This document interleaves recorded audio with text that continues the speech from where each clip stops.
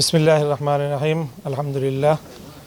আজকে ৩রা জানুয়ারি ২০২৬ বাংলাদেশ নির্বাচন কমিশনের পক্ষ থেকে আমাদের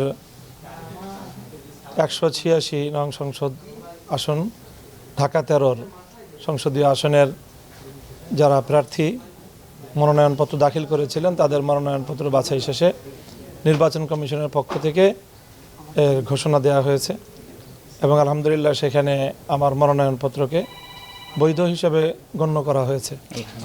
সেই হিসাবে আমি আগামী ১২ই ফেব্রুয়ারি অনুষ্ঠিতব্য ত্রয়োদশ জাতীয় সংসদ নির্বাচনে বাংলাদেশ খেলাফত মজলিসের পক্ষ থেকে রিকশা প্রতীক নিয়ে আমি নির্বাচনে প্রতিদ্বন্দ্বিতা করব ইনশাআল্লাহ।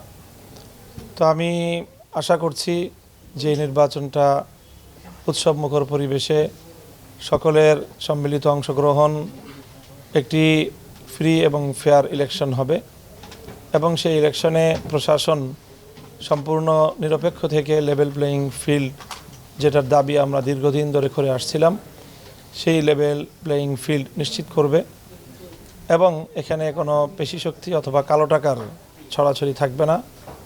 মানুষ নিশ্চিন্তে নির্বিঘ্নে এখানে উৎসবমুখর পরিবেশে মানুষ নির্বাচনী তৎপরতায় অংশগ্রহণ করবে। ইতিমধ্যে আমরা ব্যাপকভাবেই মানুষের কাছে কাছে যাচ্ছি, বিপুল সাড়া পাচ্ছি আলহামদুলিল্লাহ।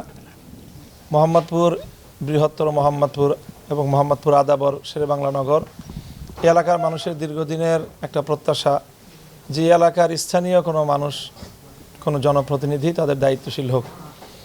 এটি এলাকার মানুষের একটি দুর্ভাগ্য যে সবসময় বাইরে থেকে এসে মোহাম্মদপুর অঞ্চলের মানুষ জনপ্রতিনিধিত্ব করে। এটি যুগপৎভাবে এলাকার মানুষের জন্য খুবই দুঃখজনক এবং এই এলাকার প্রতি এটি এক ধরনের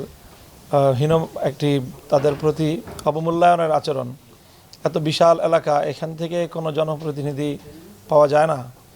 তো সেই হিসাবে আমি আশা করি যে আমার ৪০ বছরের অবস্থানের এই জনপদ মোহাম্মদপুর, যে মোহাম্মদপুর হযরত মুহাম্মদ সাল্লাল্লাহু আলাইহি ওয়াসাল্লামের নামেই এই অঞ্চলের নামকরণ, এই অঞ্চলের মানুষের সব ধরনের